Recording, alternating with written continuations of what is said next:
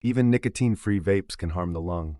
When an in vitro model of the human lung was exposed to a common brand of nicotine-free e-cig, it caused oxidative stress in the lung, increased inflammation, and the breakdown of blood vessels. Welcome to /r/science. This is a heavily moderated subreddit in order to keep the discussion on science. However, we recognize that many people want to discuss how they feel the research relates to their own personal lives. So to give people a space to do that, personal anecdotes are allowed as responses to this comment. Any anecdotal comments elsewhere in the discussion will be removed, and our /refwith www.com/sciencewiki/rules/normal comment rules apply to all other comments. Do you have an academic degree? We can verify your credentials in order to assign user flair indicating your area of expertise. reddit.com/science/flair wikiscience verified user prograde to apply. User RFU Giulio Magnifico, U Giulio Magnifico. Permalink www.ac.uk/news even nicotine-free vapes can harm the lung study. ru.ac.uk/even nicotine-free vapes can harm the lung study. I am a bot, and this action was performed automatically. Please compose contact the moderators of this subreddit if you have any questions or concerns. Inhaling anything than air seems to cause harm. Even air is harmful if it's polluted. Estimated 90% of the world's population breathes harmful polluted air. Los Angeles leads the U.S. by far in terms of ozone pollution. 10 million people with mostly sunny days, little rain, huge economy, and poor public transit. Extremely. Knew a guy who biked to work in Beijing every day. For reference, the air quality in the U.S. is considered bad if it reaches 50 in most places, apparently. In China, it's considered good if it's below 200. 800 plus every other month is normal. Moved to the U.S. and the doc told him at a checkup that he needed to stop smoking or he's getting lung cancer in 5 years. Guy never smoked a day in his life. They changed the rating a few years ago. Now 50 to 100 is moderate. I noticed because one day it said 38 was good, and I was like, since when? Best just to cryo-freeze your lungs. Also, Los Angeles is surrounded by mountains, which trap the bad air in. Even air is harmful if it's polluted. Yeah, anything other than air, probably even too much humidity. But how much damage, in comparison to smoking, is the key. Too little humidity is definitely harmful. Absolutely, my sinuses feel like they are containing lava right now, because the humidity is 10% in my house due to this cold snap. I got one of those cheap humidifiers at Home Depot on a whim, and it was life-changing. Have to fill it twice a day, but I'm breathing better, coughing less, and even my eyes aren't as dry. Costs like $50 and is probably overpowered for one room. 10% humidity, that's insta-disease for me. One of the few times I am glad to live right by the water, humidity only got down to 30% from the usual 60% after the cold snap. An old pot on the stove works wonders. Get it boiling, bring it down to about half, and just keep topping the pot up all day. You will notice a significant improvement. Boil some water and take a shower without the fan and the door open. Humidify your house. Yeah, it burns. When it's used as smoking cessation, yes. When people start it without having been smokers, it is a demonstrable harm and not harm reduction. That has been a major issue. It is a major issue, but I wish there was some way to measure whether or not it's a bigger issue than smoking cessation. We're often using non-smokers taking up vaping as a reason it should be taken away from everyone, including from smokers for use as a cessation aid. And I wish there was a way to tell objectively which end is the one we ought to push towards. I know most people would say the end we should strive for is the one where nobody smokes or vapes. But if our efforts are pushing us to a place where non-smokers don't start vaping, but smokers don't quit cigarettes, or return to cigarettes as we restrict vaping, that's not that end we wanted, is it?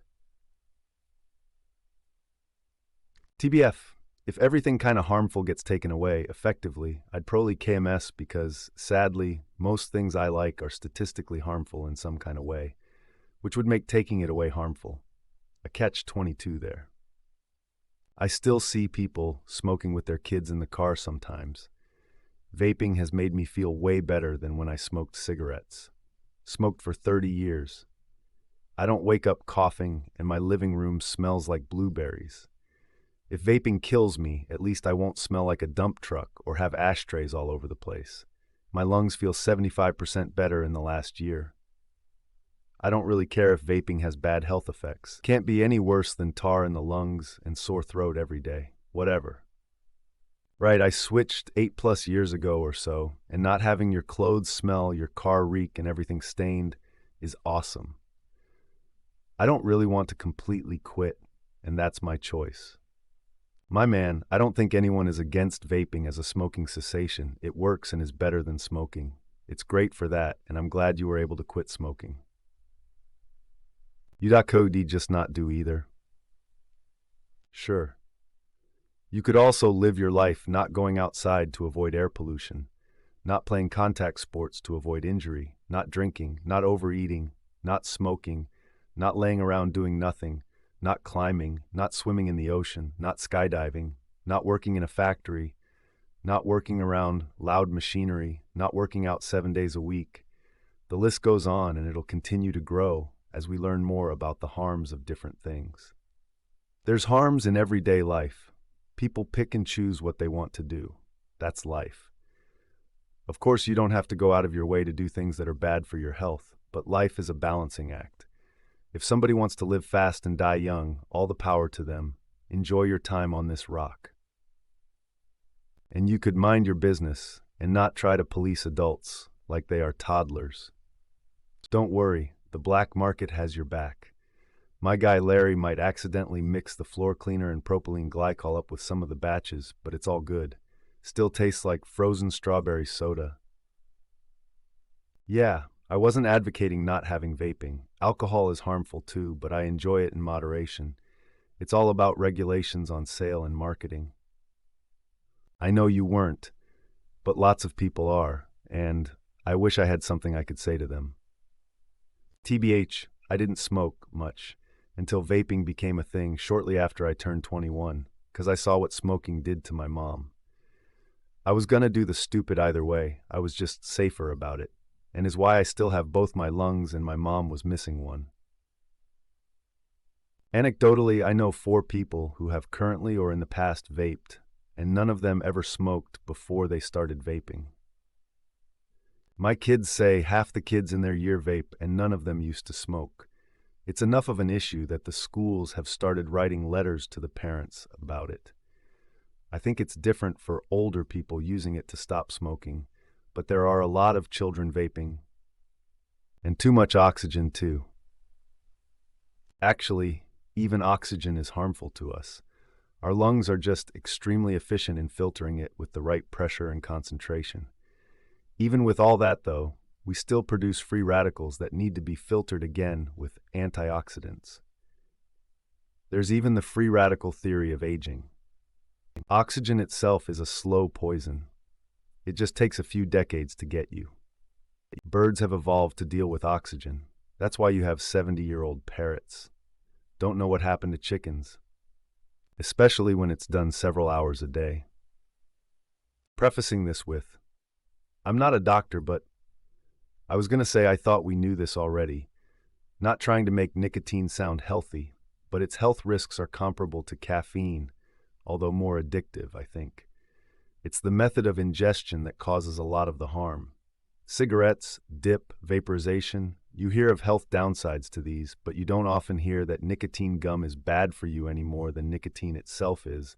If you took the nicotine out of the gum, you're fine.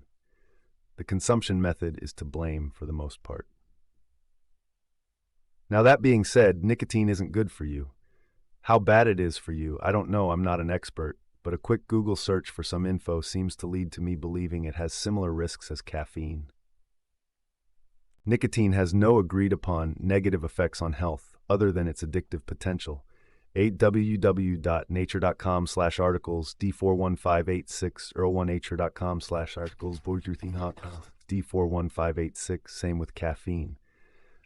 It's the ncbim.ncbnlm PMC articles PMC 84671 ncbim.nih-articles PMC 8467 and 77, and they both beneficial effects on cognitive function. Vasoconstrictors do not necessarily contribute to adverse cardiovascular health outcomes. However, they can exacerbate your already existing cardiovascular diseases, depending on what they are. Oh, good to know. I consume both. That must be why I have a mega brain.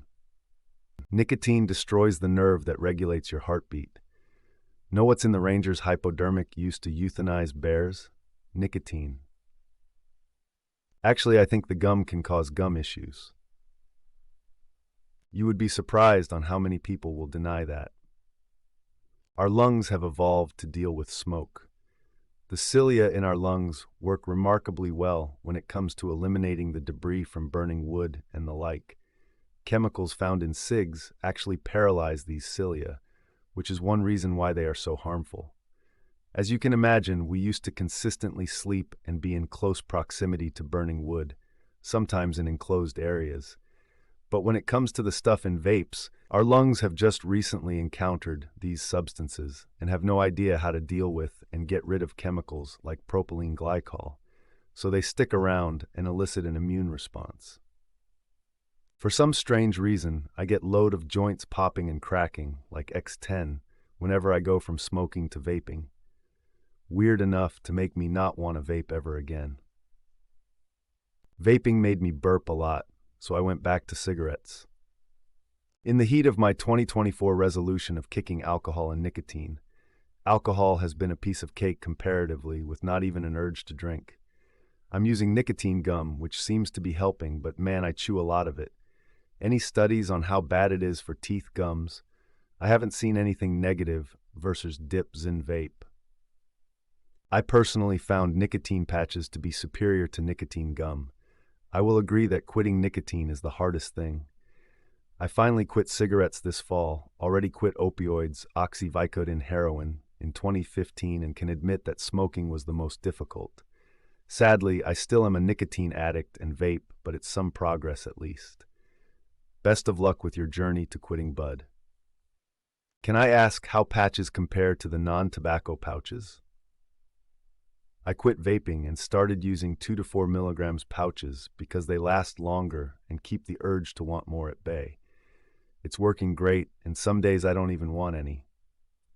I have a friend who's getting rid of a bunch of patches. I'm wondering if it's kind of the same long burn like pouches, or if they wear off quickly. I might use a few and see, since I don't like people thinking that I'm dipping and work with customers every day. I've quit so many hard drugs, yet nicotine is just so hard, especially with my wicked off-the-chain ADD. Pouches help more than they hurt, but I'd still like to cut back. I personally found nicotine patches to be superior to nicotine gum. Gum has a smoking cessation success rate of 5% after 6 months. Patches have less than 4%. Vaping has over 40%. Vaping isn't cessation of smoking. Vaping is supposed to be tapered down from high nicotine levels to zero nicotine to break the dependency. These new disposable vapes with crazy high nicotine are the opposite of how it's supposed to work. Depends on your purpose for doing so. It is quite successful in stopping smoking, but if you are referring to nicotine consumption via smoking, then sure, you'd be closer to correct. Yes, it is. It's a replacement delivery system, with its own set of possible problems, but not to the extent and severity of inhalation of chemicals during combustion. This seems a bit boneheaded. How is it not? Assuming the user switches, those dissolving lozenges are way better than both the gum and the patches, in my experience. I can echo that. I've successfully quit both cocaine and amphetamines, but quitting smoking has not worked so far. The cravings are much worse than what I've experienced with cocaine or amphetamines. To be fair, though, I've been smoking much longer, 20 years, than I've consumed these two, 1 year, so it isn't a fair comparison in that regard. But it does show that quitting smoking is very much a challenge. You too. I quit vaping years ago, then the disposables came out and made it too easy again. Happy to say I've only used one this whole month so far, when I used to go through one in a few days. Sounds like I should look into the patches based on comments. The last time I quit, I used patches successfully and stopped smoking for a few years. I just ordered a box to quit again. The only downside is they give me crazy dreams. Aka Wellbutrin. I had major memory issues with it, felt like a space cadet. The gum helped me, also not being around my smoking wife after divorce. This is true. You want to talk to your doctor and not take advice from some random Redditor. I had a very different experience with it, and my understanding is it generally sucks as an antidepressant, but my ex-wife sweared by it, and like any medication, you could have side effects. It just so happened that for me, pretty much the only effect it had at all was to totally inhibit nicotine uptake. I had a very different experience with it too. Since it minimized the reward for smoking, I smoked a lot more, and continued doing so through several months of taking it. Vaping was the only thing that actually let me quit. Me too. It also made cigarettes taste bad, but my addiction was worse than the bad taste. That's weird. For me, it made smoking actively gross. By week 3, I didn't even want to. Wellbutrin was a godsend for me. Only one that worked without any side effects for a number of years. It sucked when I did eventually start having side effects. We're still trying to find one that will work for me. Even with a gene insight study to find out which ones my body will tolerate, none of them have really helped that much. Wellbutrin deregulated my emotions so bad I was forced to immediately stop after less than 2 weeks. I have never suffered from depression or other mental issues until being prescribed that drug as a quitting smoking aid. Although after a few more days, I was right back to myself with 0 long-term side effects. I took Wellbutrin for depression, and I had to quit in about a month because it was making me rage hard. I mean, YMMV. That's why it's a prescription medication. Talk to a doctor, period. Bupropion also carries warnings that are worth reading and discussing with your doctor, not stuff to gloss over. It's not particularly bad. In what way? I was on bupropion for a year or so for depression anxiety. Never got grossed out or quit smoking. I've heard it can be super helpful if you already want to quit, though. Totally prevented the nicotine high. Whoa, bupropion gave me the worst nightmares I've ever had. I was legitimately terrified to sleep. You are right, though. It's often prescribed to help with alcohol issues, too. I'm on it for depression, but it also allowed me to really cut down/out booze and leaf. I also suspect the dosage for non-depression cases is a lot lower, too. I had literally 0 side effects while I took it for smoking cessation. Source on helping with alcoholism. The only sources I found were a couple rehab pushing it. I've been in and out of rehabs and have a couple tears sober now and never heard this. I have also been prescribed it for over a decade. It is, however, natural for people coming off of an alcohol addiction and most other drugs to have depression. My smoking overpowered the bupropion. My cigarettes did taste something like a gym sock, but after a month I was fine. I was put on it as an antidepressant and didn't know that it was used to stop smoking at the time. I just switched to vaping in an attempt to quit again. I wish I had a new chance at the bupropion, but I'm still on 300 milligrams. Well, if you're not actively trying to quit, I suppose you can power through it, but yuck. Don't hold it in the same place on your gum every time. It can cause them to recede. I've not drank for 7 months, and I can tell you, hands down, stopping smoking vapes has been harder. Agreed, especially during winter when I wear flannel shirts and keep the vape in the chest pocket. I find myself reaching there unconsciously. Hell yeah, dude. 7 months, that's awesome. Keep it up, bud. I quit vaping with nicotine patches. The hardest part was breaking the habit of reaching for the vape in my pocket, but that stopped after a few weeks. Required way less willpower than quitting cold turkey or with gum, both of which I tried without success. The anxiety about quitting was way worse than actually quitting. You can do it, pal. That physical ritual is almost as bad as the nicotine. When I first quit, it felt like I didn't know what to do with my hands. I kept catching myself involuntarily reaching for my non-existent smokes.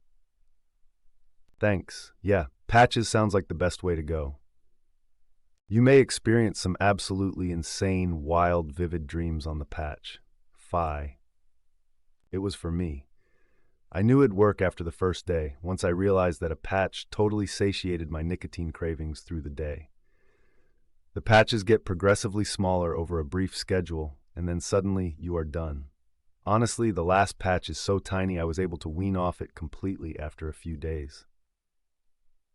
The real major issue with nicotine gums lozenges is corrosion from the sweetener, as with any other, just as bad as sugar. Except for the stevia and xylitol ones, since they do not ferment, excreting acidity.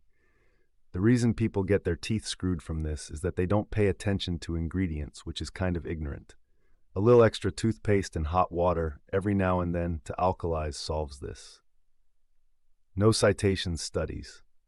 I just happen to always read/research ingredients because I worry for my teeth. Really good to know. Thank you.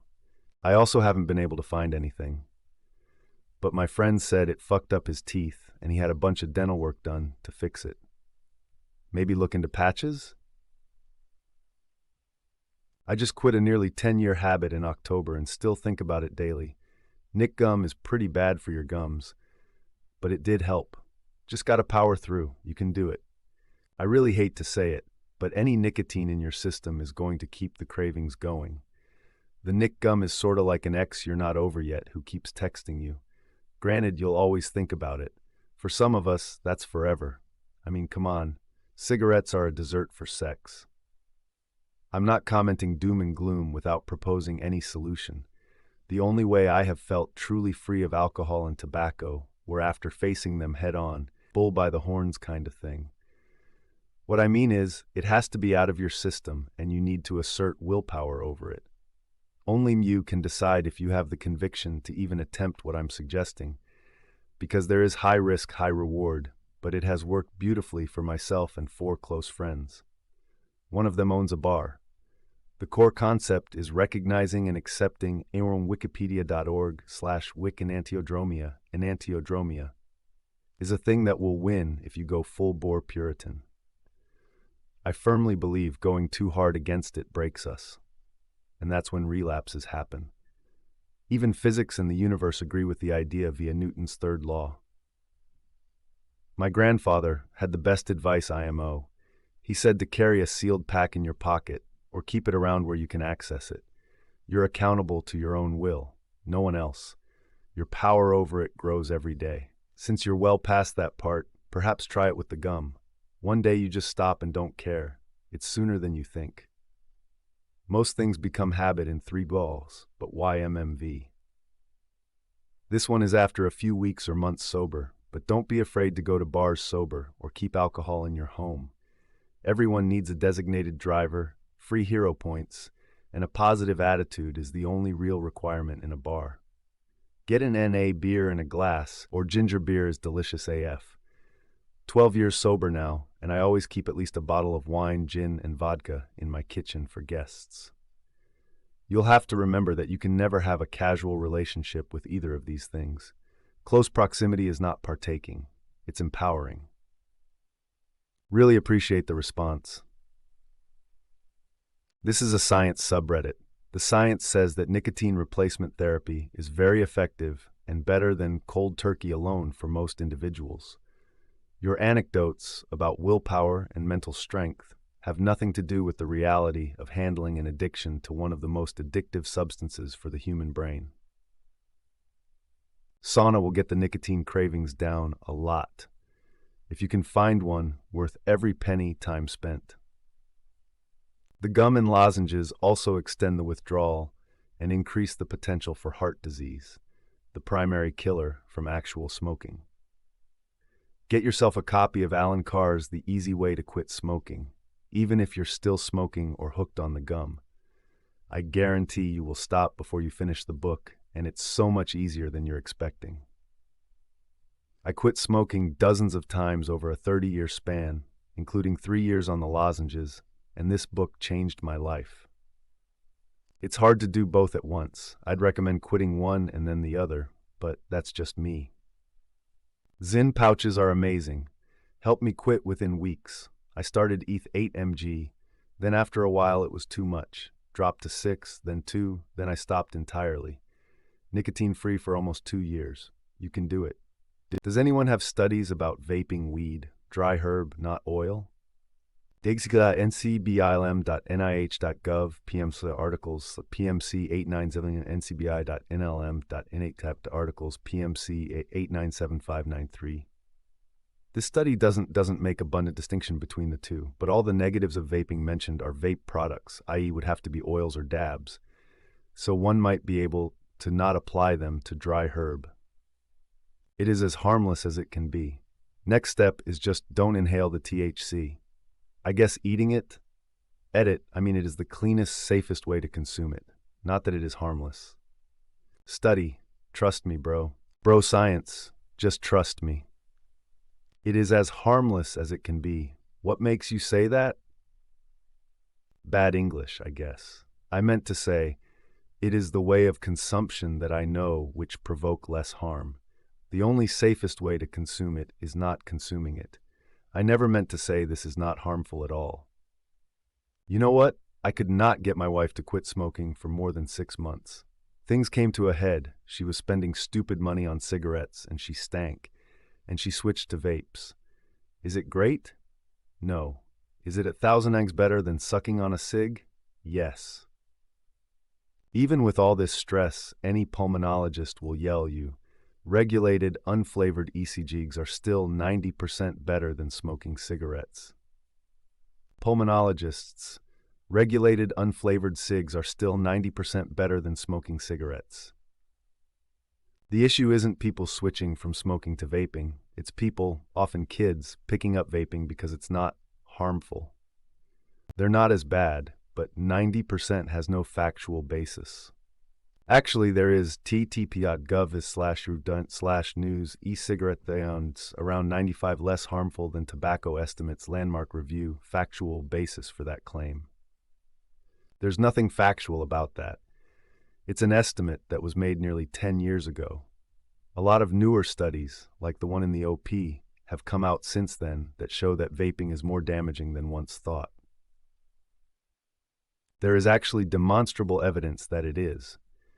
Your refusal or inability to read the hundreds upon hundreds of peer-reviewed research publications on this topic is nobody's fault but your own. Your refusal to accept the reports that contradict your preconceived notions are the result of your own biases. What would 100% better mean in this case in practice? Not smoking,